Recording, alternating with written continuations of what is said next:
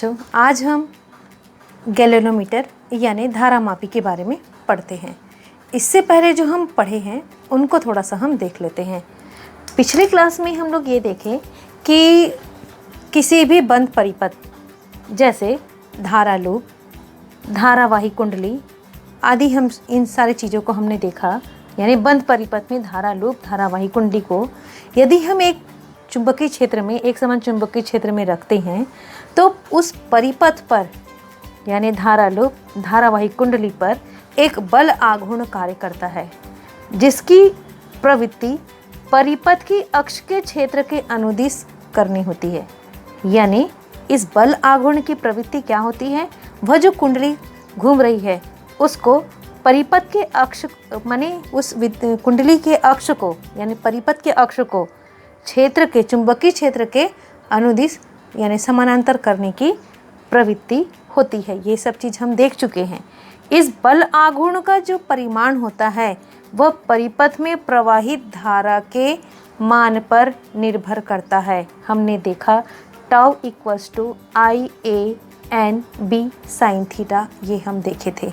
ठीक है, तो चुंबकीय क्षेत्र के द्वारा ये जो बल आघूर्ण वहाँ पर उत्पन्न होता है, इसी उत्पन्न बल आघूर्ण के कारण परिपथ में हुए विक्षेप को मापने के लिए एक यंत्र का निर्माण किया गया और वही जो है धारामापी कहलाता है। ठीक है, तो चुंबकीय क्षेत्र के द्वारा बल आघूर्ण के कारण परिपथ में हुए विक्षेप को मापकर हम धारा का मापन कर सकते हैं। मतलब धारामापी एक ऐसा उपकरण है जिसकी सहायता से किसी परिपथ में धारा की उपस्थिति का पता लगाया जा सकता है या धारा की प्रबलता का मापन किया जा सकता है। क्लियर? अब हम ये देखते हैं, ये तो हम इसके बारे में डेफिनेशन बता दिए। अब इसमें क्या क्या होता है ये देखते हैं, फिर मैं आपको धारामापी भी दिखाऊंगी। धारामापी के दो भाग होते हैं जो कि हमको ऐसा दिखता नहीं है, ये इंटरनली होता है। ठीक है, कुंडली और चुंबक, इसमें दोनों में से कोई एक स्थिर होता है और दूसरा विक्षेपित होता है। यानी जब कुंडली स्थिर है तो चुंबक विक्षेपित होगा और जब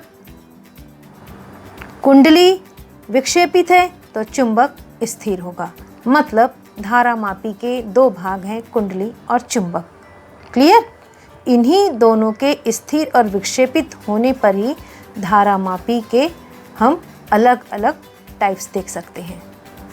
चलिए, धारामापी में दो प्रकार के होते हैं। पहला चल चुंबक धारामापी, दूसरा चल कुंडली धारामापी। चल चुंबक धारामापी भी दो प्रकार के होते हैं, वो हम देखते हैं आगे।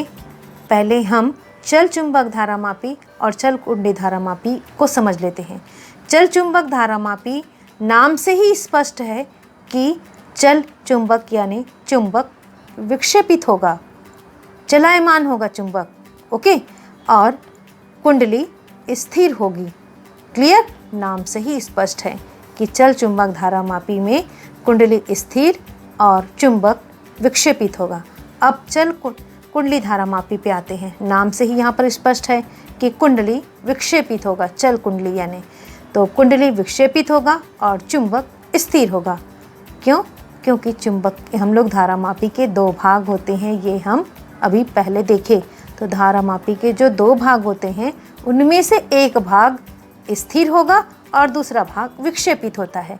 उसी के आधार पर इन दोनों को हम अलग अलग कर सकते हैं। तो चल कुंडली धारामापी और चल चुंबक धारामापी। क्लियर? यहाँ तक समझ में आया होगा। अब हम चल चुंबक धारामापी को देखते हैं। चल चुंबक धारामापी यह दो प्रकार से होते हैं, एक स्पर्जीय धारामापी, दूसरा हेल्महोल्ट्ज धारामापी। ये दोनों हमारे सिलेबस में नहीं है, यानी चल चुंबक धारामापी हमारे सिलेबस में नहीं है, केवल आपको जानने के लिए आपको यहाँ पर बताया गया है। क्लियर?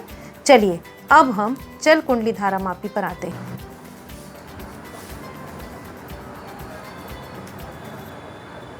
चलिए कुंडली, निलंबित कुंडली धारामापी में देखते हैं। कुंडली एक चुंबक के ध्रुव के बीच में निलंबन तार की सहायता से यहाँ पर उसको लटका दिया जाता है और कुंडली के विक्षेप को लैंप और पैमाने द्वारा पैमाना व्यवस्था होता है उसके द्वारा ज्ञात किया जाता है।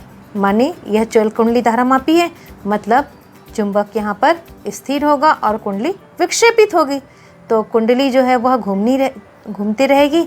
तो वहाँ पर जो विक्षेपण होगा उसको ज्ञात करने के लिए लैंप और पैमाने व्यवस्था की वहाँ पर किया जाता है। तो इनके बारे में डिटेल हम आगे देखेंगे, अभी केवल एक जस्ट इंट्रोडक्शन है।